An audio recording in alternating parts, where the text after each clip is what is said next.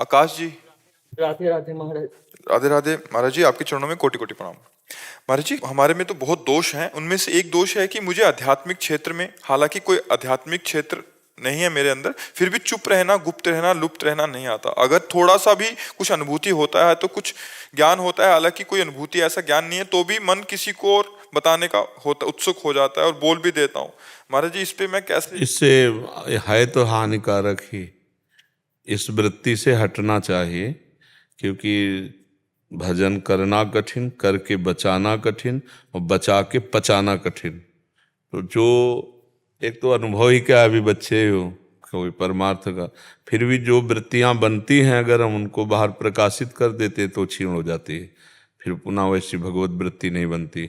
इसलिए जब तक भगवत साक्षात्कार ना हो जाए तब तक साधक को चाहिए कि अपने जो सत्संग की बातें हैं, जो अनुभूतियां हैं, जो भजन की प्रवृत्ति, वो गुप्त रखे। कभी ऐसा चर्चा करना हो तो आपस में जैसे दो चार साधक बैठ गए तो निष्काम भाव से अहंकारहीन होकर उनकी भक्ति बढ़े, इसलिए अपनी बातें जरूर बता दी। और अगर अहंकार करके अपनी छाप मारने के लिए बताएंगे तो भी उसमें हानि हो जाएगी। अध्यात्म बड़ा सूक्ष्म होता है। तो अब ये तो तुम्हारे हाथ में है, मत बोलो, किसी को अपनी बातें मत बोलो, और नाम जप करो, गंभीर भाव से रहो। हाँ, वो स्थिति गुप्त वाली जब आएगी तो बोल ही नहीं पाओगे, पर जब तक नहीं आ रही तो उसके आने के लिए तो हमें उचित वाणी का मौन धारण करना है। व्यर्थ के बकवास करने से क्या होना है। अच्छा, टिकाऊ स्थिति तब मानी जाए जब निर्विकार हो। अभी निर्विकार तो हुए नहीं, तो छोटी मोटी ये वृत्तियों का क्या वर्णन करें, क्या वर्णन करें। काम विजयी, क्रोध विजयी, लोभ विजयी, मोह विजयी, अहंकार विजयी। अध्यात्म इसी का तो है ना, तभी भगवान का प्रकाश होता है। पहले इन पर विजय प्राप्त करे। काम क्रोध मदमान न मोहा, लोभ न क्षोभ, राग नहीं द्रोहा, जिनके कपट दंभ नहीं माया, तिनके हृदय बसहु रघुराया। जो काम क्रोध लोभ मोह मद मत्सर विजयी, जहां किंचन मात्र कोई दोष नहीं, वहीं ठाकुर जी प्रकाशित हो जाते हैं। निर्मल मन जन सो मोहि पावा, मोहि कपट छल छिद्र न भा। तो अभी तो हमारी बहुत बड़ी आगे मंजिल है युद्ध की। हम छोटी मोटी बात को लेकर गर्व करें तो फायदा क्या। बड़े बड़े दिग्गज तो अभी खड़े हैं जिनको परास्त करना है। भगवत प्राप्ति के लिए काम क्रोध लोभ मोह मद मत्सर, अगर इनको पराजित नहीं किया तो पाखंड जरूर हो सकता है, दम्भ नाटक हो सकता है, असली भक्ति नहीं हो सकती। असली भक्ति निर्विकार हृदय में होती है। तो उसके लिए फिर मौन, नाम जप, सत्संग सुनो, दूसरों का परोपकार की भावना से खूब हित करो, पर गर्व ना आने पावे, तभी मंगल हो जाएगा। अगर ये सब कूड़ा करकट बना रहा तो कुछ अनुभव में नहीं आएगा। इसलिए बहुत, अभी तो बहुत दूर नगरी है, अभी तो बहुत दूर नगरी है।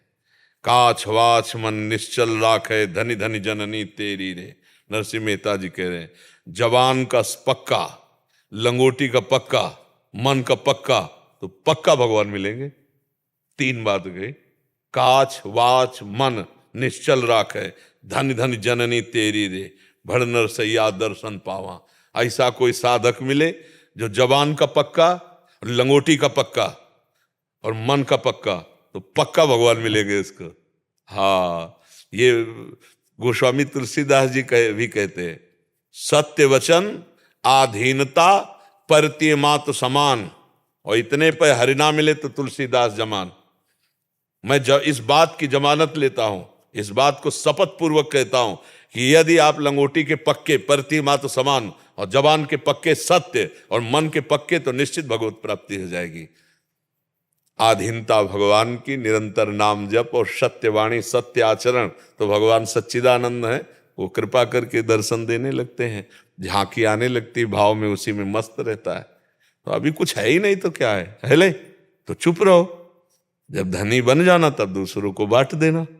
अभी तो संग्रह करो, पहले नाम रूपी धन, भजन रूपी धन संग्रह करो, फिर समाज को बांट देना।